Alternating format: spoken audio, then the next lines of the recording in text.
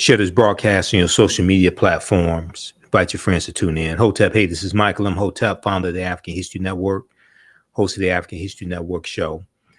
So it's Black History Month, African American History Month. And I wanted to talk about a topic that ties into this year's annual theme for Black History Month, which is Black resistance and Black resistance movements. But part of that is how we fought back economically against white supremacy and racism. So today we're going to look at how African people used cooperative economics to fight back against white supremacy and racism. And this is part of the Black resistance movement as well. Also, I'll give you information about a free lecture that I'm doing on Saturday, February 4th, 2023, 2 p.m. to 5 p.m. Eastern Standard Time, dealing with Black resistance movements and the origins of Black History Month. Okay, so visit our website, TheAHNShow.com, TheAHNShow.com, and register for that free lecture that I'm doing. Okay. African American business owners, post the name of your business here on the thread of the broadcast, and we'll let you know how you can advertise with the African History Network also. Okay. Our current promotion is buy 1 month, get 1 month free. And this is the time to advertise because this is Black History Month. Okay, so let's look at this information here. I've talked about this before, and I did presentations in 2022 for Liberated Minds Black Homeschooling Education Expo, and also Repaired Nations as well, along dealing with this topic also. Okay. So we have a deep, rich history of cooperative economics.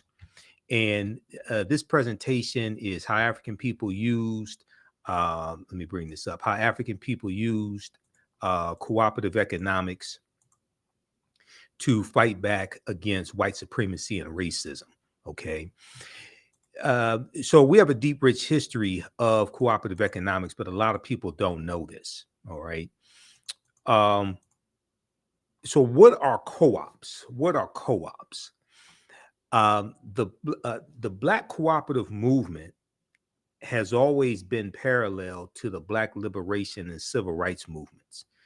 We've mostly heard about the political side of the movement, but you can't name a major political leader that did not point to cooperatives as a pathway to freedom, said Dr. Jessica Gordon Nemhard, who's the author of the book Collective Courage, which deals with the history of African American cooperatives. Now, I first found out about her in this article from 2014 from newsone.com called Stop Saying Black People Don't Support Each Other Economically. Stop saying Black people don't support each other economically. And I interviewed her back in 2014, and also I read her book as well, Collective Courage. This book right here, Collective Courage, A History of African American Cooperative Economic Thought and Practice by Dr. Jessica Gordon Nemhard. And she's one of the top scholars when it comes to the history of African American co-ops, okay, and cooperative economics. So if we go back and let me go back to the PowerPoint presentation here. And African American business owners also post the name of your business here on the thread of the broadcast as well. So when we celebrate Kwanzaa, okay, one of the 7 principles of the Nguzo Saba is Ujamaa, which is cooperative economics. But a lot of times people get cooperative economics confused with just Black capitalism. Okay, or white capitalism dressed up in red, black, and green, and that gets passed off as cooperative economics.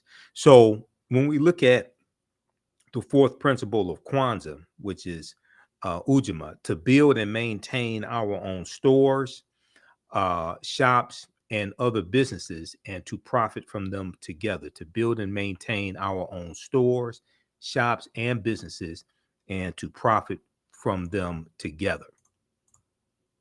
Now, Dr. W.B. Du Bois, speaking about economics when it comes to African Americans. He said that there exists today a chance for Blacks to organize a cooperative state within their own group. There exists today a chance for Blacks to organize a cooperative state within their own group by letting Negro farmers feed Negro artisans and Negro technicians guide Black home industries, and Black thinkers plan this integration of cooperation, while Black artists dramatize and beautify the struggle.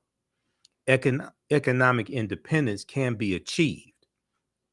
To doubt that this is possible is to doubt the essential humanity and the equality of brains of Black people. Now, there was a good article from abcnews.com that talked about mutual aid networks find roots in communities of color. So we're going to see that one of the types of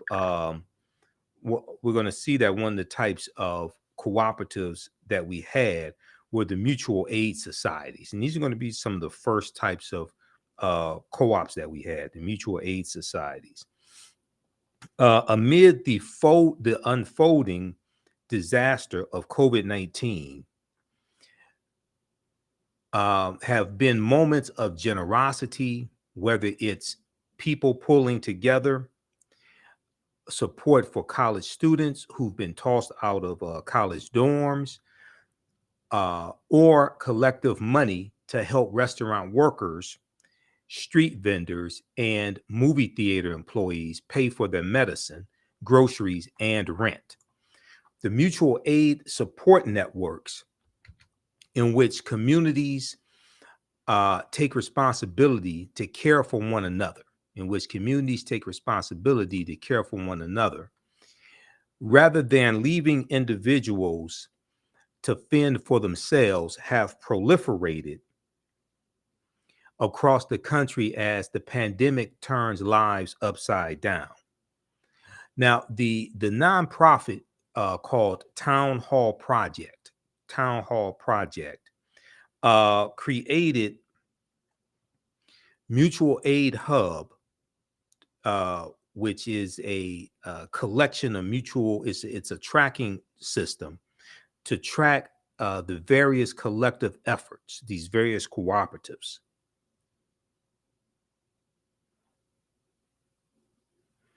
All right. So they created a mutual aid hub to track all the various collective efforts when the coronavirus began its rapid global spread in March of 2020. Back then, it counted only 50 mutual aid groups, but by May 2020, the number had grown to more than 800 in 48 states. It grew to more than 800 in 48 states. Now, this was driven by what the hub's lead organizer, Shivani Desi, called a grassroots explosion of organizing.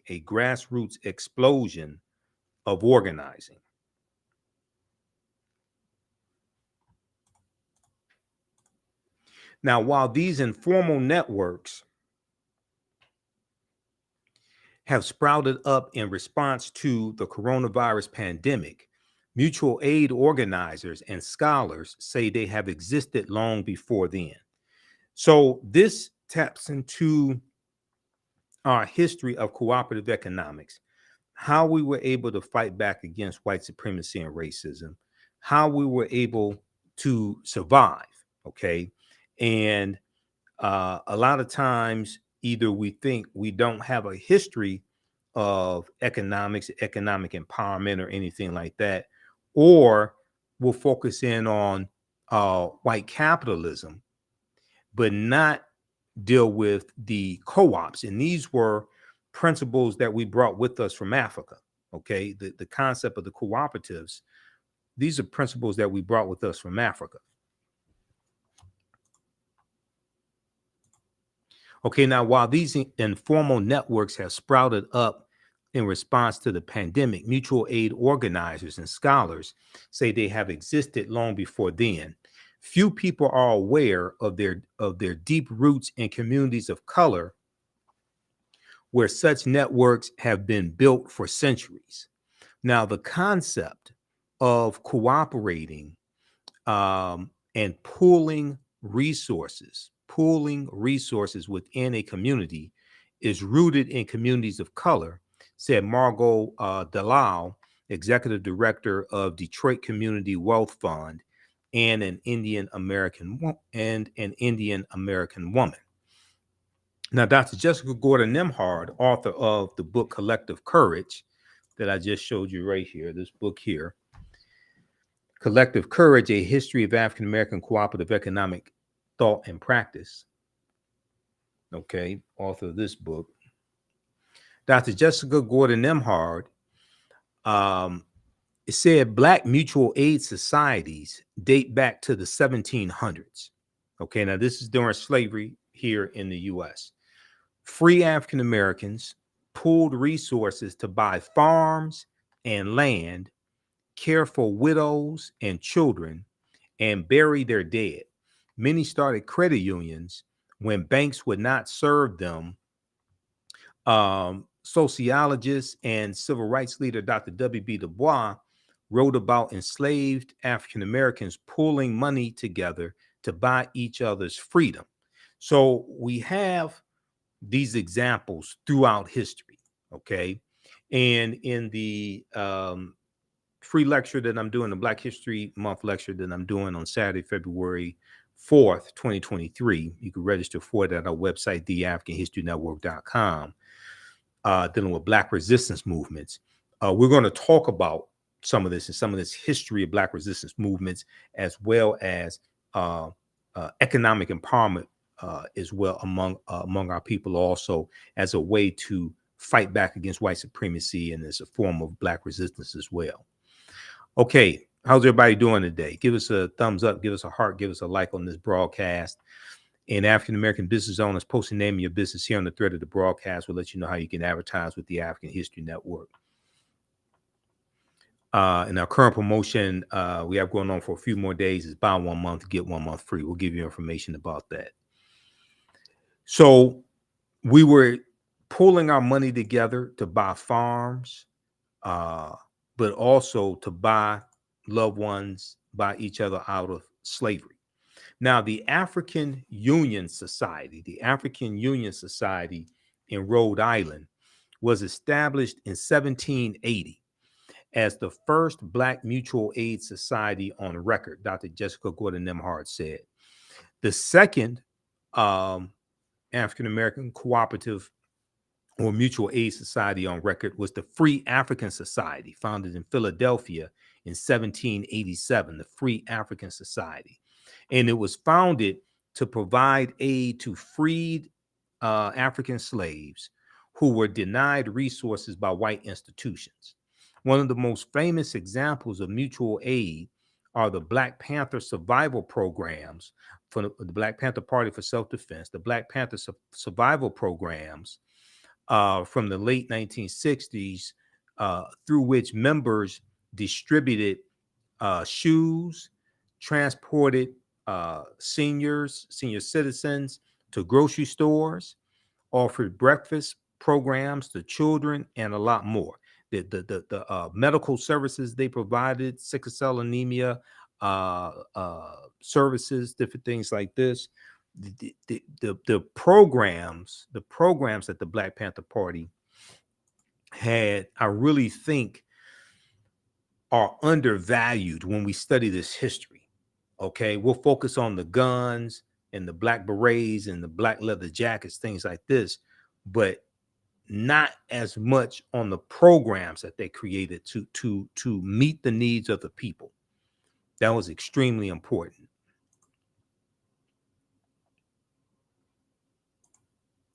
Okay, let's continue.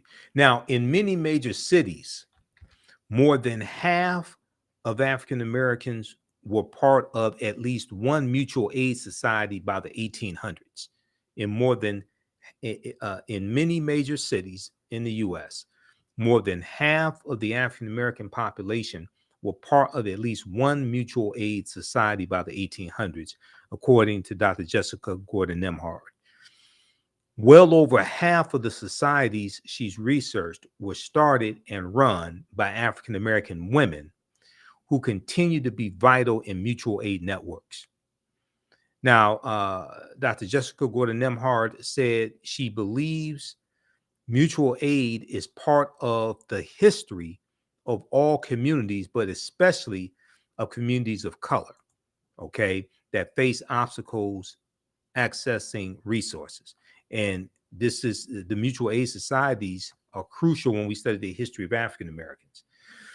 Quote, mutual aid and co-ops are a way for groups that have faced discrimination to have some level of economic stability. Part of my work is to remind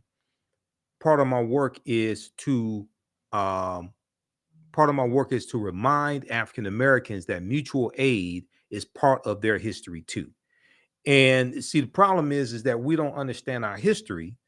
So a lot of us think it was white capitalism, or really don't understand how we were able to survive economically.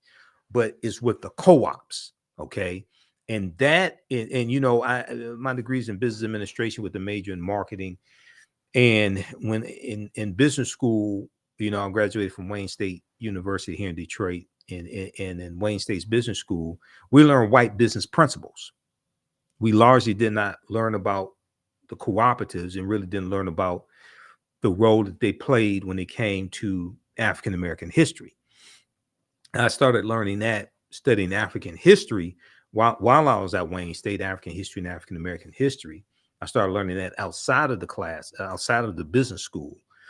But what happened is that a lot of African Americans ended up going to white business schools and learning white business principles. And then we try to bring those white business principles back to our communities and implement them. And they don't work for the masses. Okay, they may work for individuals. They may work for your family, but for the community, they don't. For the masses of African Americans, they don't work like the cooperatives actually work.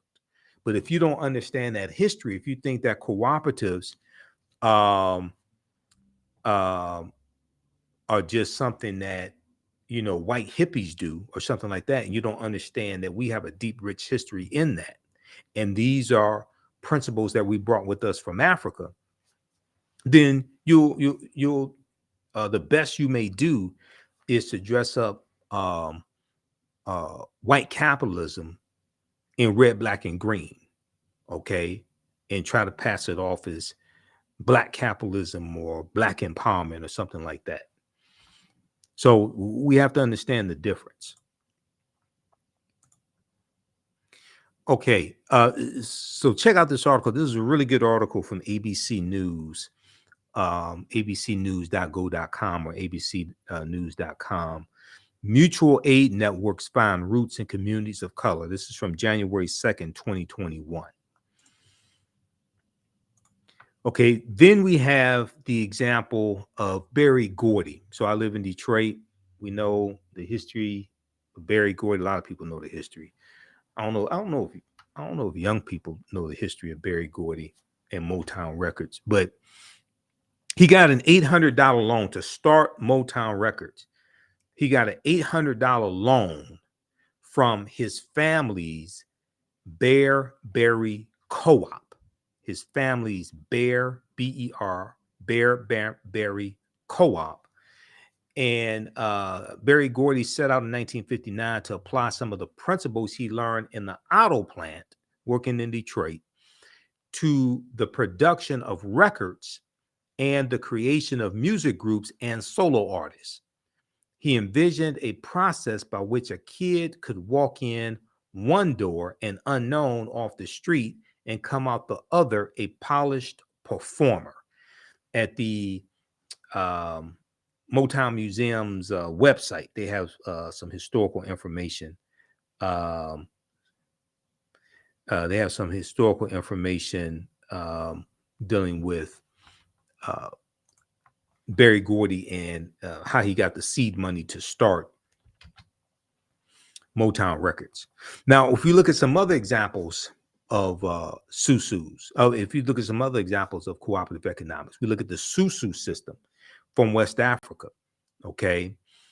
In parts of West Africa and the Caribbean, an ancient version of cooperative economics exists called SUSU. An ancient version of cooperative economics exists called SUSU, S-U-S-U, as one of the oldest forms of microfinance in Africa. The practice is run by one of Africa's oldest financial groups called SUSU collectors. They run their business from kiosks in the marketplace and as mobile bankers.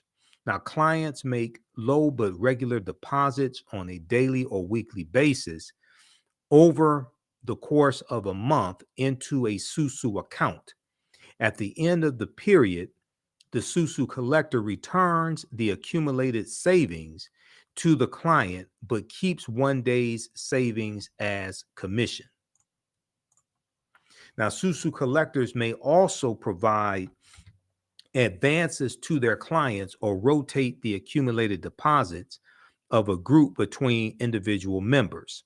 Today, SUSU collectors provide many West Africans who would otherwise be denied credit with access to money they need to start up small venture projects that in many cases benefit the community as a whole, that in many cases benefit the community as a whole. In the United States, Black immigrants from the Caribbean have enjoyed one of the highest economic growth rates using a form of the SUSU and leveraging this practice to establish successful credit unions. So we have this in our history, okay? We have these examples in our history.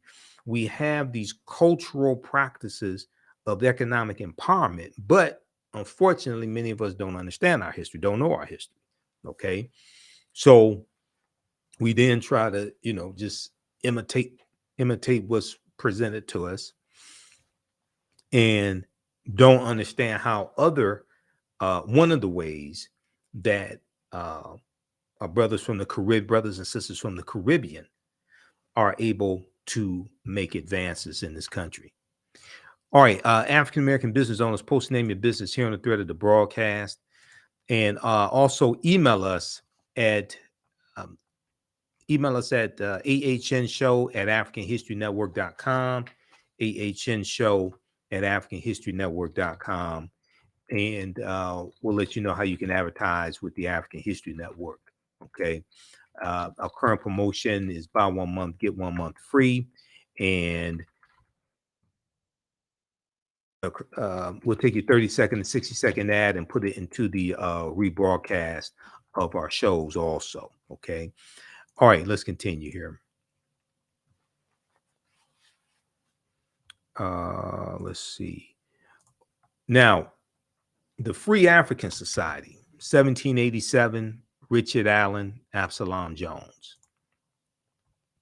This is one of the early, this is basically like the second recorded mutual aid society that we had, the Free African Society. Now, in 1787, Richard Allen and Absalom Jones, two prominent African-American ministers in Philadelphia, Pennsylvania, formed the Free African Society of Philadelphia, which was a mutual aid and religious organization. Now, the organization functioned, and just a second, let me pull something up here. Okay, so the organization functioned as both a mutual aid society and as a club where members of Philadelphia's Black elite could socialize and forge business relationships with one another. By 1794, the Free African Society had become large enough to accomplish its original goal when members built their own house of worship, which was called St. Thomas African Episcopal Church. St. Thomas African Episcopal Church. Now, we go and we look at the 1700s, right? And in the names of some of our organizations, we have the name African in them, or Africa. Free African Society, African Methodist Episcopal Church, St. Thomas African Episcopal Church, Grand African Lodge, dealing with the Prince Hall and the Prince Hall Masons. So we had this, we still had a connection to Africa. But as you go into the early 1900s, we start seeing the term colored being used. Okay. You look at, and the term African American, that was first, that dates back to 1782 in Philadelphia, Pennsylvania. The term African American. The term Afro American dates back to the 1830s. Okay, and then we look at 1892. You have the National Afro-American League. Okay, the National Afro-American League, and then you have the 1898. You have the Afro-American Council, founded by T. Thomas Fortune, and Bishop Alexander Walters. Okay, so we're going to see in our history, we're going to see these terms being used, the term African, when we name our organizations, okay? And we're going to see in the early 1900s, the term colored being used also. You may see colored in the late 1800s, but you still see the term Afro being used, like the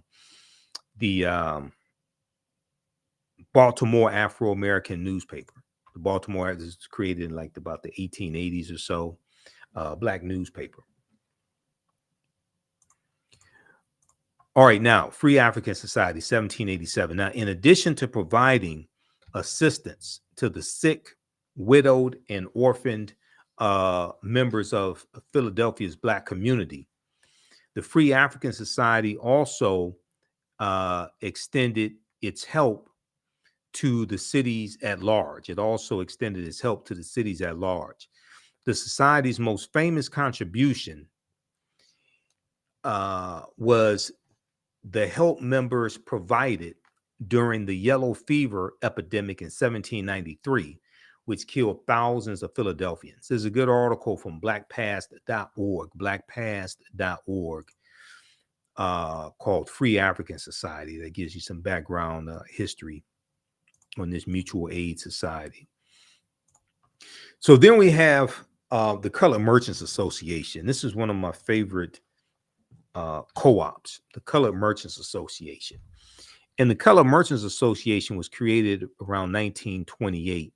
It comes out of the National Negro Business League, created in 1900 by Booker T. Washington. Now, in 1928, the National Negro Business League of Montgomery, Alabama, established the Colored Merchants Association, the CMA, the Colored Merchants Association, which is a cooperative organization of African-American owned grocery stores, a cooperative organization of African-American owned grocery stores. And they're going to grow to have,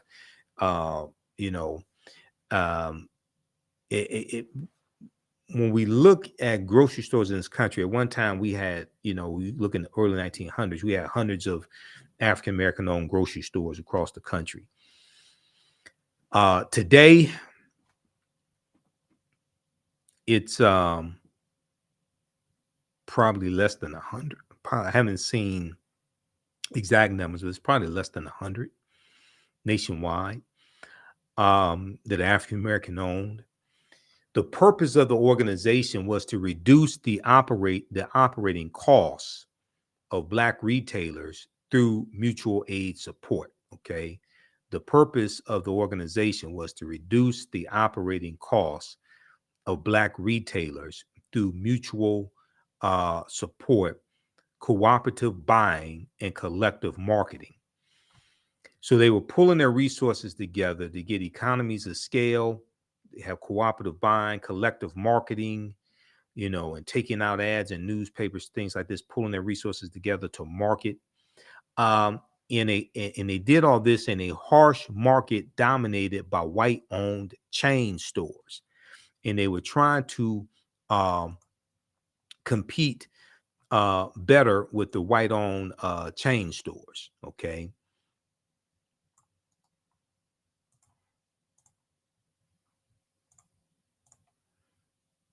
Okay, like the Woolworths and the Kresge's, things like this. Okay, let's continue. Now, the Color Merchants Association, spread to nearly 18 cities across the country, including Chicago, Philadelphia, Nashville, Dallas, and New York.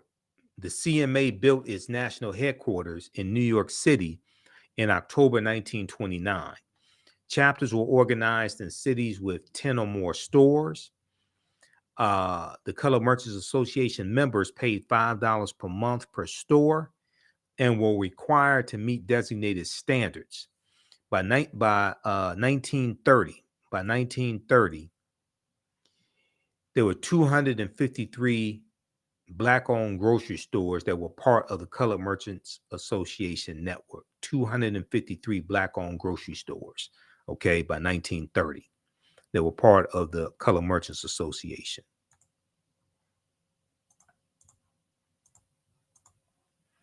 Now, the CMA model was markedly successful. Associated stores reported increases in business and profits. Members received services from the association, such as intensive training in merchandising techniques, sales training, advertising, and management resources, such as market analysis, inventory, and bookkeeping systems, and collection and credit procedures. So you'll have some like Black chambers of commerce, like local Black chambers of commerce. You'll have some that offer different services like this. But here you had where they're doing, they're not just offering services on marketing, etc., but they're also pulling their resources together to buy in bulk, get economies of scale. So they're doing all of this, okay, with the Colored Merchants Association.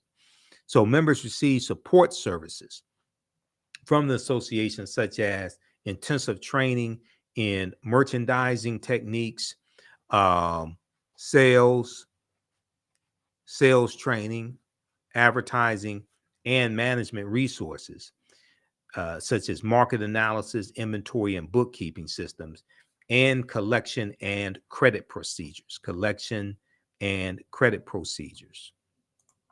So it's really going through showing them how to own a business.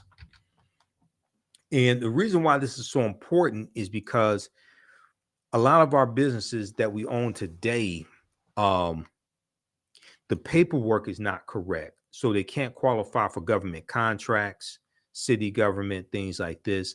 They're and when it comes to getting various types of government aid or loans from the Small Business Association or anything like that, where you need to have your paperwork in order, a lot of them don't have the paperwork in order, so they can't take advantage of opportunities like that.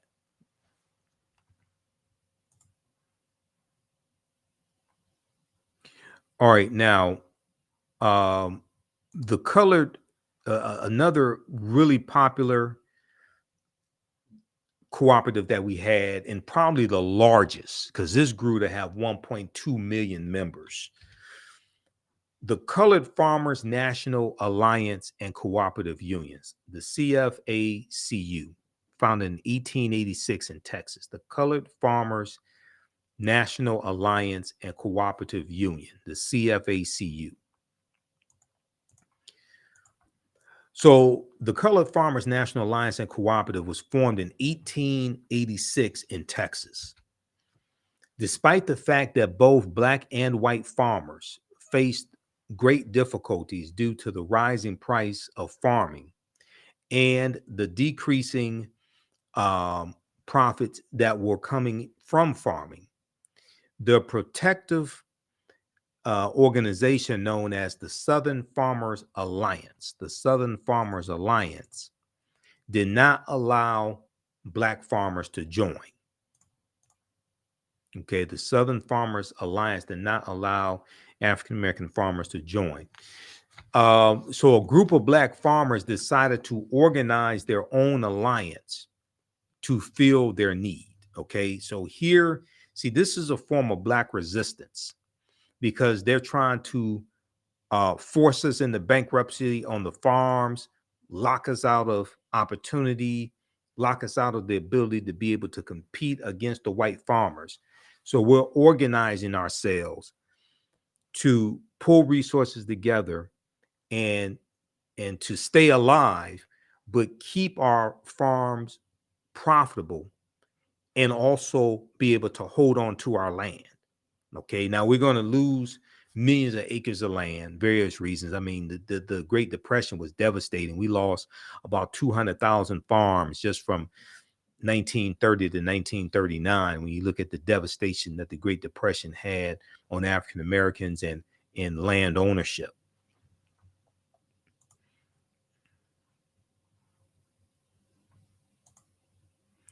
Okay, so the Colored Farmers National Alliance and Cooperative Union operated under fear and harassment by white farmers.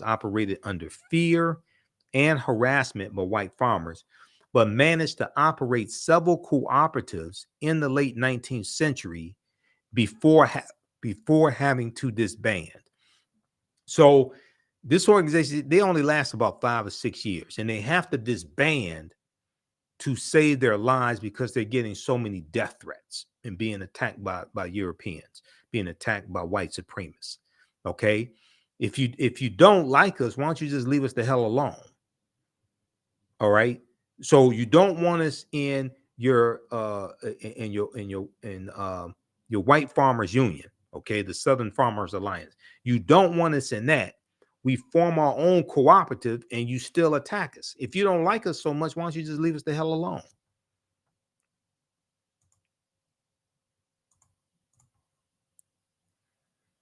So they operated under fear and harassment by white farmers, but managed to operate several cooperatives in the late 19th century before having to disband.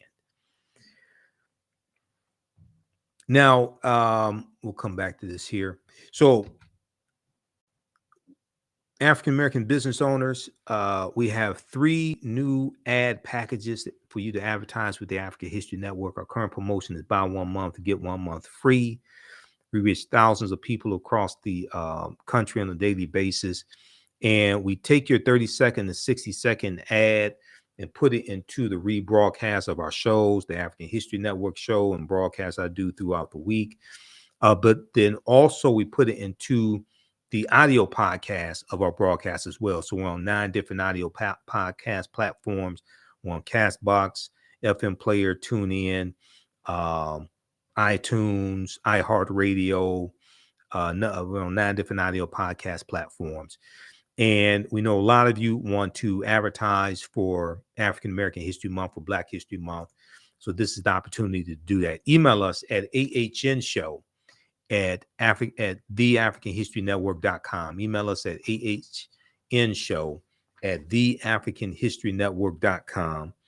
and we'll email you the information. We can get you up and running today. And you may have a brick and mortar store. You may have a e-commerce store. Doesn't matter.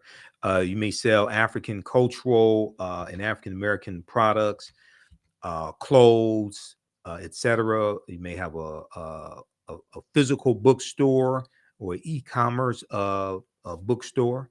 You may sell health and beauty products, clothing, shoes, African garb, African American history books, fiction.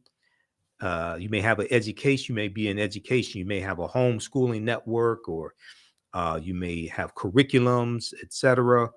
Books for African American children's, African American parents to use to educate their children. You may have courses.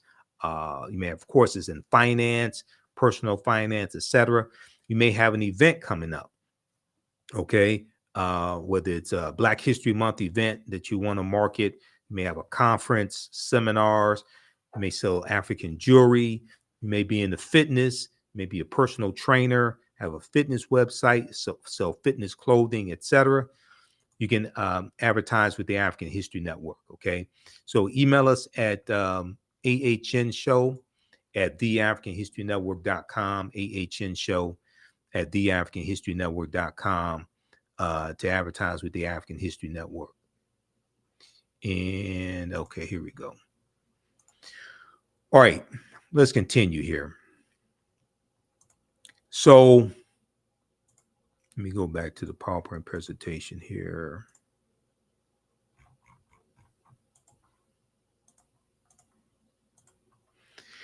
All right, there was a good article from Vice.com. Okay, Vice.com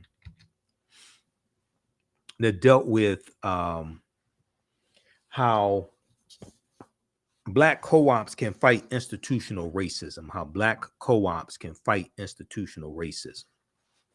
This is from August 9th, 2016. And in this article, it's a pretty extensive article, but in this article, they interviewed Dr. Jessica Gordon Nimhard also. And a portion of this article, it says, she was asked the question, how do co-ops function in a capitalistic system? How do cooperatives, especially African-American cooperatives, function within a capitalistic system? Now, the Colored Merchants Association, these were Black-owned grocery stores. So they are engaging in capitalism, but they also form cooperatives. All right. So we have to understand how to engage in both. You're dealing with a larger capitalistic system, but we can still form cooperatives where we pull resources together and work together and still engage in a capitalistic system. So we have examples all over the world, and sometimes how that looks is it's a small enterprise that allows smaller individuals to compete. It's a small enterprise that allows smaller individuals to compete.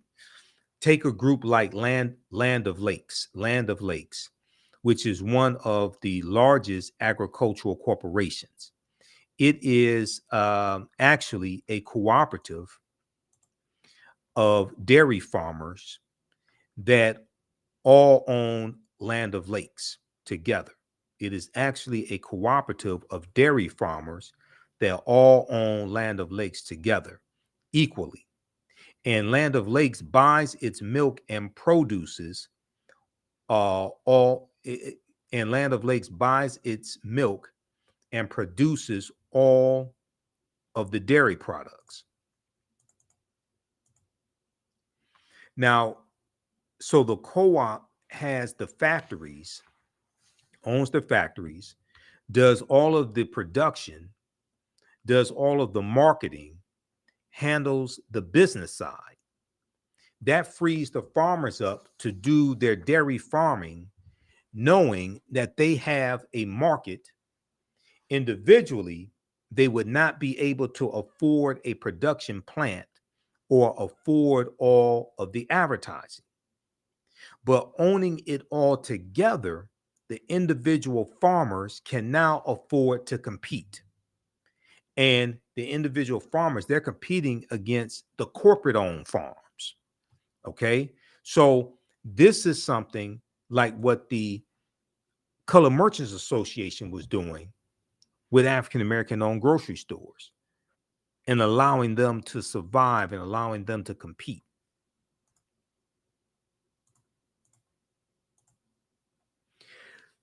So she was asked the question, what role has cooperative economics played in Black communities in the US? Now, African Americans have engaged in some form of collective economics throughout our entire history in America. Sometimes it was tilling kitchen gardens on Sundays when we weren't working as enslaved people and sharing the produce. Sometimes it was putting in dues to bury loved ones.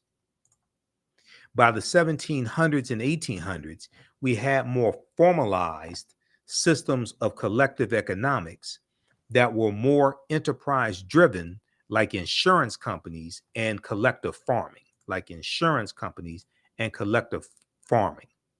Eventually, we had collective grocery stores, credit unions, and healthcare.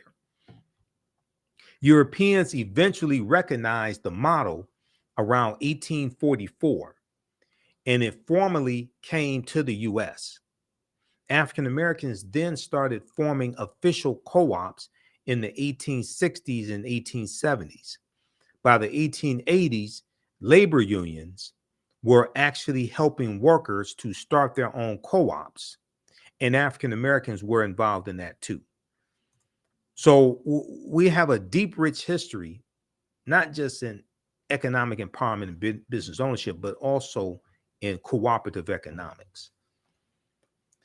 Now, what's the relationship between segregation and cooperative economics? Okay, now one of the things we learn when we study cooperative economics is the stronger co-ops have members who have a strong sense of camaraderie. Stronger co-ops have members who have a strong sense of camaraderie. So how do you find people who already have that feeling and get them to do co-ops? For African Americans, sometimes it was already being involved in church or an activity that made you want to do more for your community.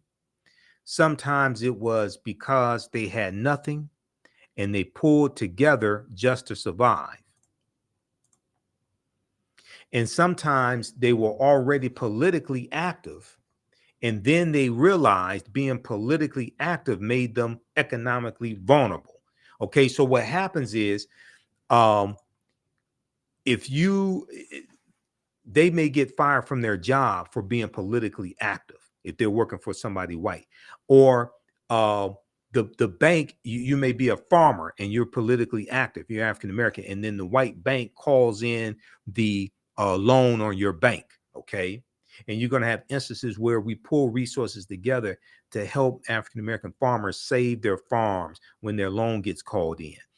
This now, when you study the White Citizens Council, the White Citizens Council in it starts in Mississippi in 1954 as a backlash to Brown versus Board of Education, U.S. Supreme Court case. And then the White Citizens Councils are going to spread throughout the South. And these were formed by white businessmen and bankers. You're going to have some ministers in there as well. Plantation owners, landowners, farmers, white farmers, etc. And they're forming this organization to maintain segregation and to help lock us out of opportunity, but also to punish those who were wanted to register to vote, those who are attacking segregation. That white people were trying to maintain their way of life, which included white privilege. and segregation in Mississippi. And we know that segregation was written into the Mississippi State Constitution. Poll taxes and literacy tests were written into the Mississippi State Constitution. But the White Citizens Council, we're going to see this spread throughout the South. When we look at Fannie Lou Hamer, Fannie Lou Hamer was fired from the cotton plantation that her entire family worked on. She was like the youngest of 19 children, if I remember correctly. She registered to vote. She registered to vote in Mississippi and got fired from the plantation that her entire family worked on. She was a sharecropper. Got fired from the plantation her entire family worked on because she dared to register to vote. So this is the type. So when you have African Americans, especially in the South, who became politically active, oftentimes there was a backlash to that, or it could be a physical backlash, being attacked, being killed, etc.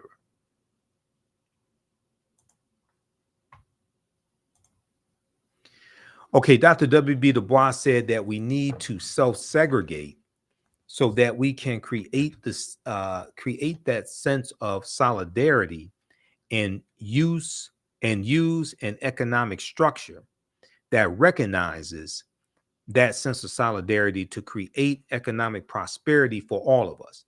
And from that position of strength, we can go back out to the rest of the world. Either integrate if we want to, or at least demand our rights and demand equal footing. Okay, so this is a good article from Vice.com. This is just an excerpt of the article called How Black Co-ops Can Fight Institutional Racism from Vice.com from August 9th, 2016. Okay, now, Saturday, February 4th, 2023, 2 p.m. to 5 p.m. Eastern Standard Time.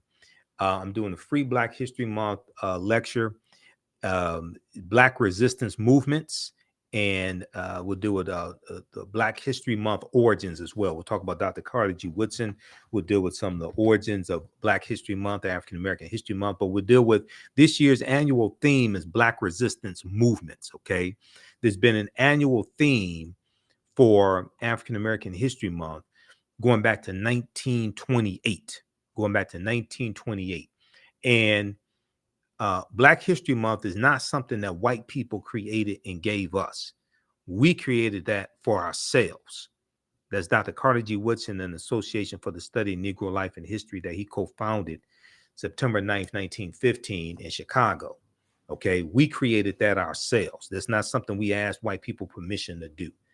And oftentimes we demean and diminish our own accomplishments, okay, thinking that white people gave us something. No, we created that.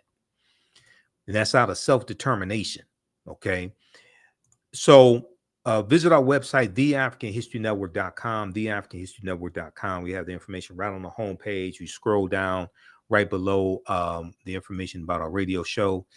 We have the information about the lecture. So we'll talk about some Black resistance movements and throughout history. Also, we'll deal with some of the history of African American History Month, Black History Month.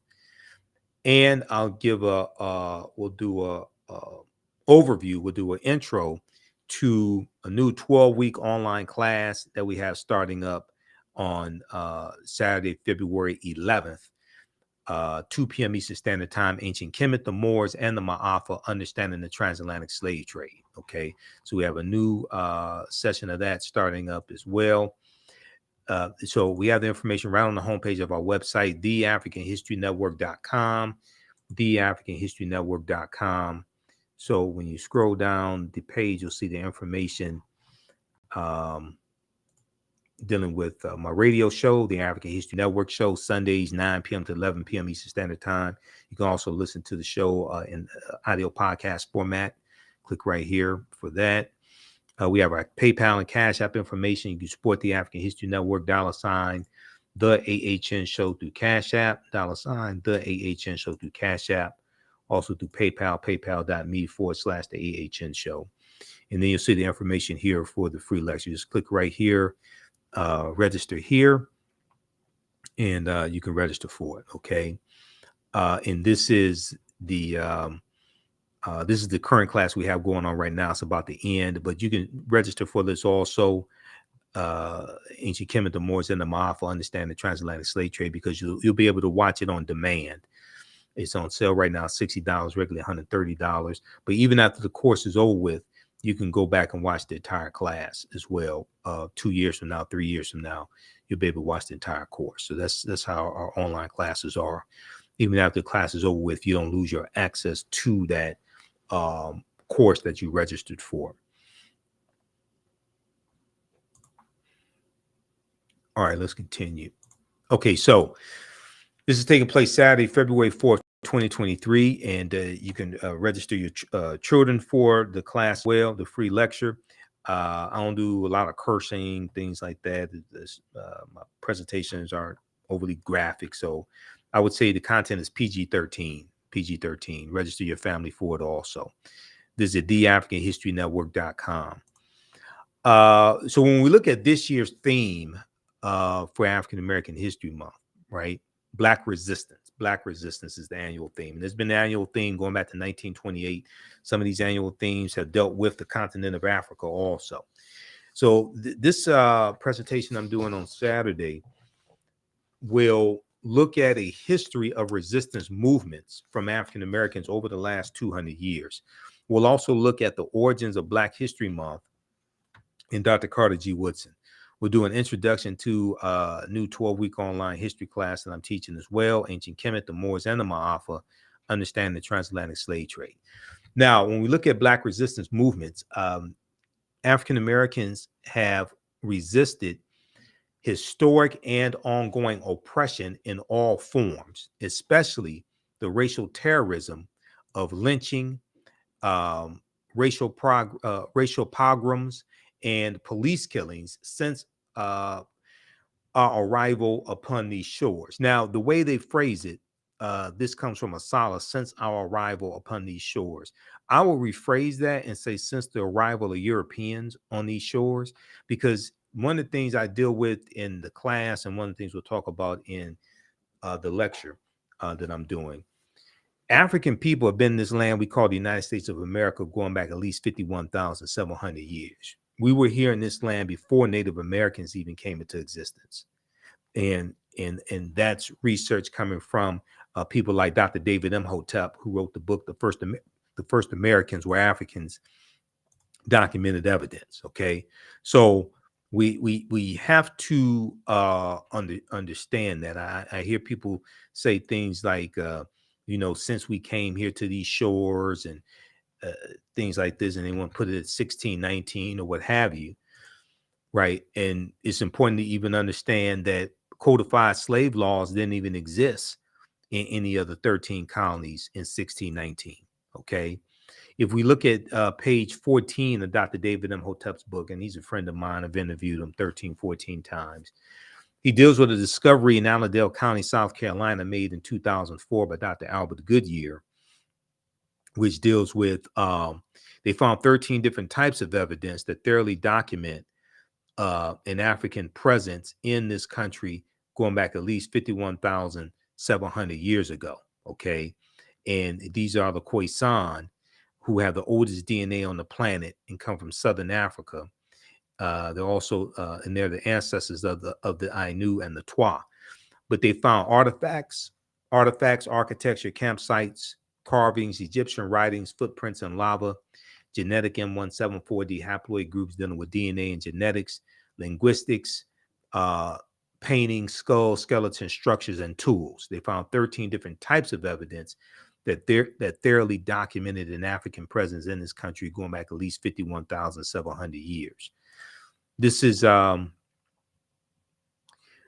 picture of Dr. Albert Goodyear. Now, this is an article from ScienceDaily.com from November 18, 2004, called "New Evidence Puts Man in North America 50,000 Years Ago."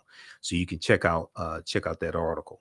But we have to understand that no, we did not first come to this land conquered and shackled in chains, uh, conquered by Europeans and shackled in chains and enslaved. No, no, we were here before Native Americans even came into existence. This was our land stolen from us. So the 1950s and 70s in the United States was defined by actions. Let me back up. These efforts have been to advocate for a dignified, self-determined life in a just democratic society in the United States and beyond the United States political jurisdiction. Okay. The 1950s and 70s in the United States was defined by actions such as sit-ins, boycotts, walkouts, strikes by African Americans and white allies in the fight for justice against discrimination in all sectors of society, from employment to education to housing, from employment to education to housing, in an effort to live and maintain and protect economic success.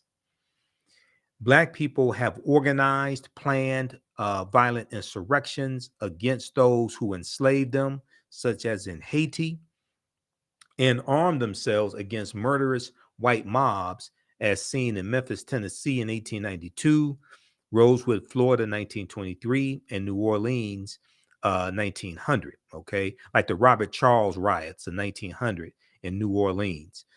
And Robert Charles, his brother, he shoots like 27 people, kills a few white police officers. The Robert Charles riots in 1900. But also, when we look at the Red Summer in 1919, okay, now the second online class that I teach, from the Civil War to the Civil Rights Movement and Black Power, 1800 to 1960, 1800 to 1968, we deal with the Red Summer 1919, okay? And I teach that class on Sundays. Right now, I teach that class on Sundays. That's at our website, TheAfricanHistoryNetwork.com as well. In the Red Summer 1919, you had over 25 major race riots in this country, okay, the year after World War I ended. And a lot of these white men went to fight in the war. When they came back, their jobs were taken by African Americans and immigrants who were here. And this exploded into racial conflicts all across the country. Additionally, some African Americans thought that the best way to resist was to self-liberate, as seen by the actions those who left the plantation system of Henry Adams and Benjamin Pap Singleton, when they led a mass exodus westward in 1879, and Bishop Henry McNeill Turner of the African Methodist Episcopal Church, who organized immigration to Liberia. In 1879, you have the Black Exodus, the Black Exodus of 1879 to Kansas. And you have about 6,000 African Americans migrating from Louisiana and Texas out to Kansas, okay? And in 1878, the 1878 statewide election in Louisiana, Democrats take back control of the state government. So you're going to have a lot of African Americans who are going to leave Louisiana, especially, fleeing white supremacy, white domestic terrorism, and they're going out west, and they go into Kansas looking for a better way of life. So we're going to deal with a lot of this on Saturday in my lecture. Okay, so African American business owners, we know African American History Month is here. We're looking for ways to bring on new customers, bring on new clients, and market to them.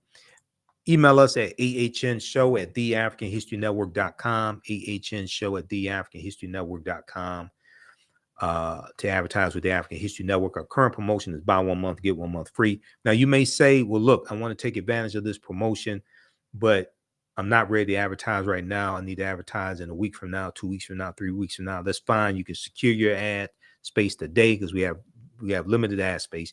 You can secure your ad space today and run your ads later, a week from now, 2 weeks from now, a month from now, what have you, when you're ready. Okay. Email us at TheAHNShow@TheAfricanHistoryNetwork.com. And we have 3 different advertising packages to meet your needs. So we take your 30-second and 60-second commercial. If you don't have one, we create one for you, okay, and no additional charge. We take your 30-second, 60-second commercial. We put it into the rebroadcast of our shows, the African History Network show, and the broadcasts I do throughout the week. But also we put it into the audio podcast version of these broadcasts as well. And we're on 9 different audio podcast platforms also. Okay.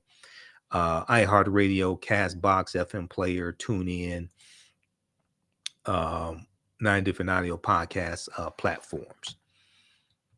And so we reach people all across the country and around the world.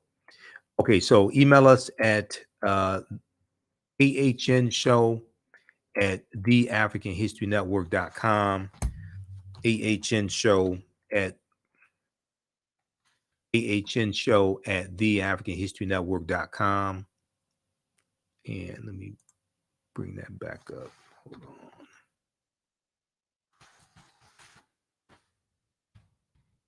All right.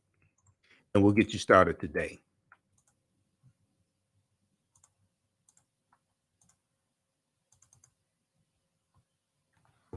Also, be sure to check out the another broadcast that I've done recently here.